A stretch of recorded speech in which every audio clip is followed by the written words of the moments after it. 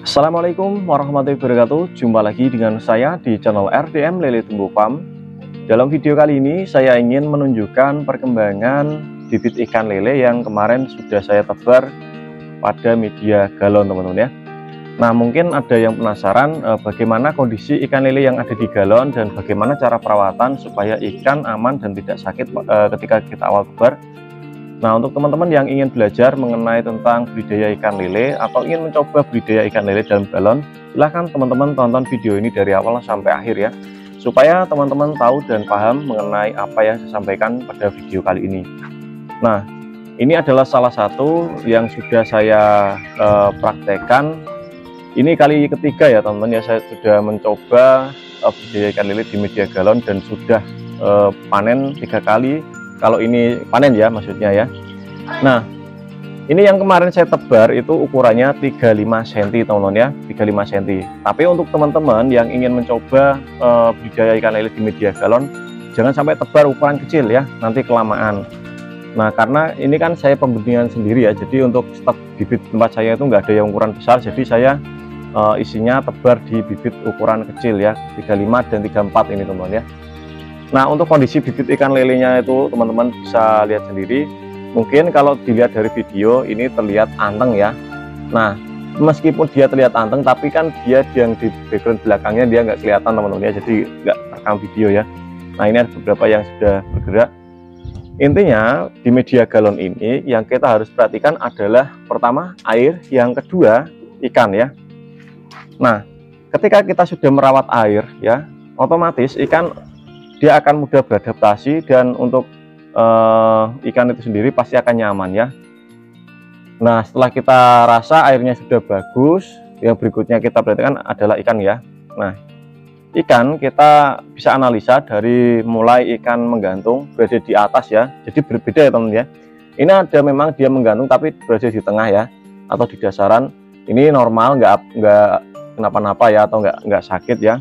Tapi kalau dia berada di atas, dia biasanya menandakan ikan tersebut itu stres ya, bisa mungkin terkena penyakit, bisa jamur bisa ya.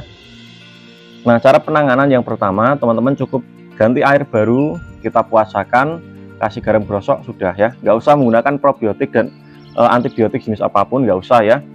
Nah, seperti yang video-video saya dulu yang sudah pernah saya upload di channel saya ini, dari short itu sudah dari awal saya tebar, perkembangan tiap harinya itu saya upload terus ya.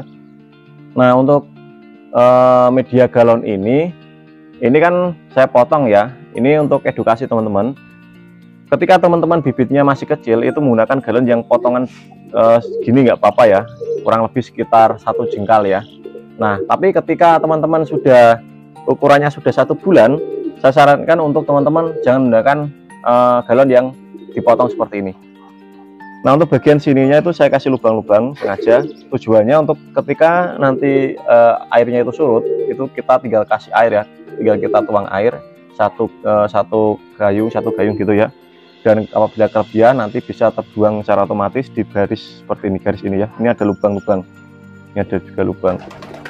Nah, supaya teman-teman tahu, ketika teman-teman tebar biasanya kalau bibit masih kecil itu jarang loncat ya, apabila air tidak terlalu penuh. Tapi kalau untuk 1 bulan itu biasanya rentan sekali ikan loncat teman-teman ya.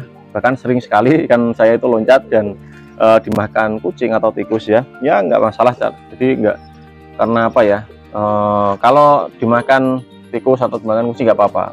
Kalau loncat nggak ketahuan dan kering itu ya eman-eman teman-teman ya. Jadi kalau kadang ya saya lihat itu masih hidup, saya taruh ke galon lagi.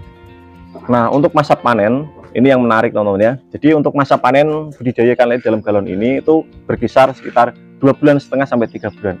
Itu sama dengan kita budidaya ikan lele di kolam besar atau kolam tanah atau kolam beton, kolam terpal ya, sama. Nah, kuncinya kenapa kok panennya itu bisa cepat, karena isinya itu saya tidak terlalu penuh ya, maksudnya isi ikannya nggak terlalu penuh. Ini saya sesuaikan dari kapasitas ikan yang ada di galon ini.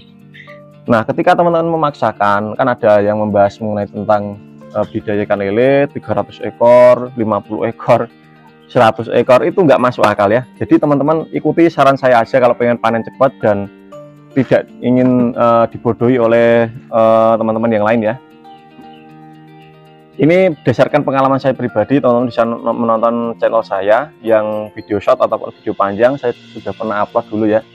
Ini yang ketiga saya tebar bibit.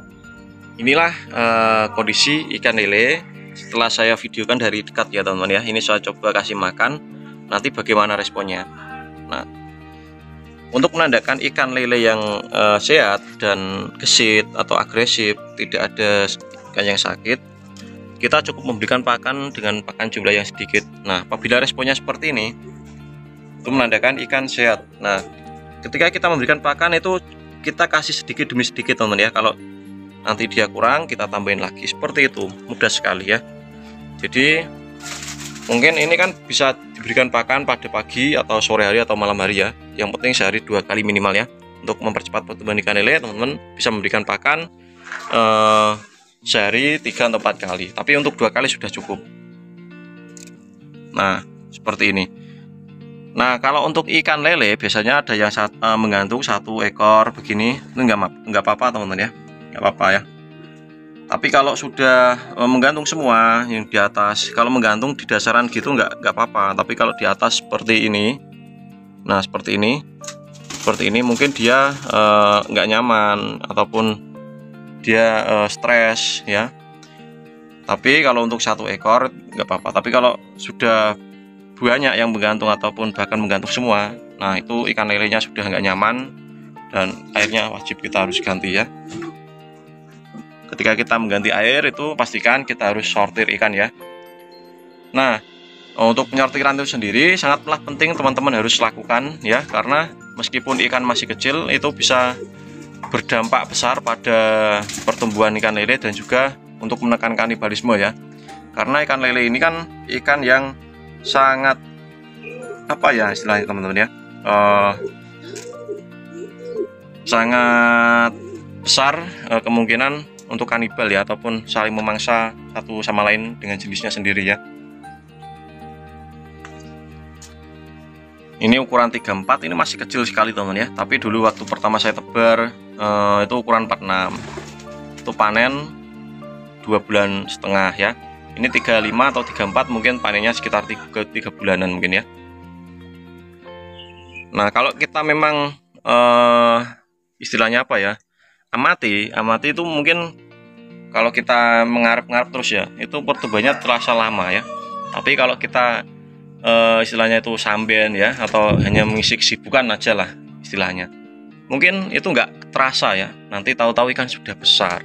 Seperti itu teman-teman ya. Dan untuk sahabat petani lele dimanapun berada, teman-teman harus bisa membedakan konten mana yang memberikan edukasi, konten mana yang memberikan hiburan dan edukasi, dan konten mana yang hanya sekedar hiburan ya.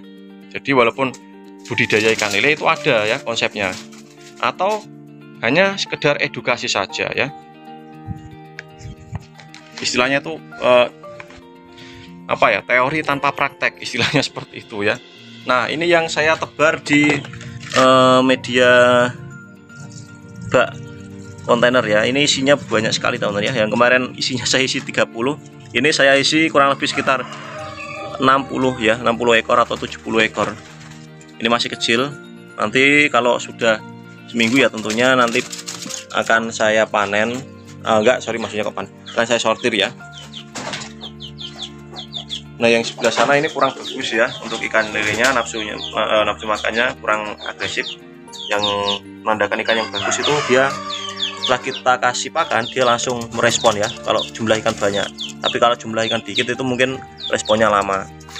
Nah, yang di sana itu baru makan ya. Pakannya cukup sedikit aja teman-teman ya. Mungkin teman-teman kalau pelihara 1 ekor itu mungkin 4 kilo atau 3 kilo habis ya. Itu sudah panen. Nah, penampakannya seperti ini teman-teman ya. Ya, mungkin itu saja yang bisa saya bagikan untuk teman-teman. Jika ada suatu kekurangan dalam video ini, saya mohon maaf yang sebesar-besarnya untuk teman-teman ya. Video ini saya akhiri dengan kata assalamualaikum warahmatullahi wabarakatuh. Salam petani ikan Nusantara, salam sukses ya, sukses selalu untuk teman-teman. Dan semoga teman-teman yang mencoba berhasil ya, tanpa ada halangan suatu apapun ya.